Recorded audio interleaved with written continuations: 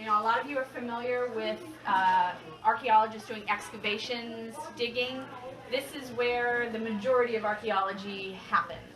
For every day out in the field, there's anywhere from 5 to 9 days in the laboratory processing what we find. Then the next step is to catalog each artifact. We put it in a database, and that way we can find it again whenever we need to.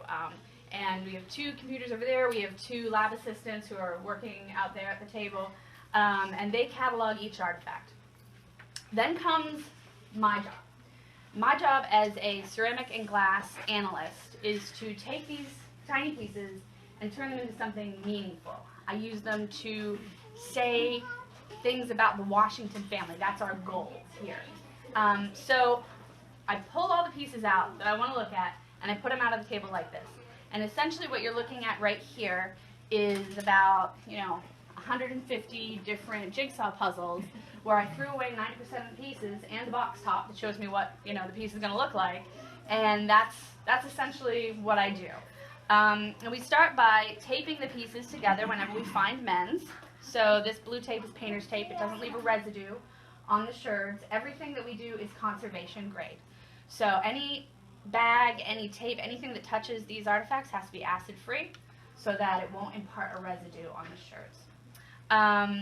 And then after we're done taping, if we're going to use the object for exhibit, we end up gluing the pieces together so that they can go on permanent display. And again, we use an archival glue. It's got a fancy name, B72, actually acrylic B72. And essentially what it is these little plastic beads that we dissolve in acetone, and we make this glue, which is totally reversible. What you're looking at right here is a piece of a tumbler, an 18th century tumbler. So the reason why we're doing this particular mending project is because we want to find tablewares that the Washingtons used so that we can put it in the house that we're building out there.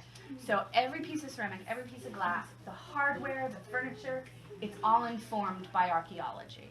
So if you go out there whenever the house is completed and you look at a plate that's on the table and you say, why is this plate on the table?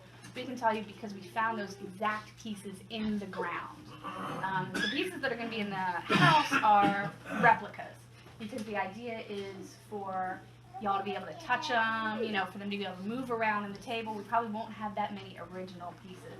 And believe it or not, sometimes finding a good replica is much harder than finding a historic piece, that's 250 years old.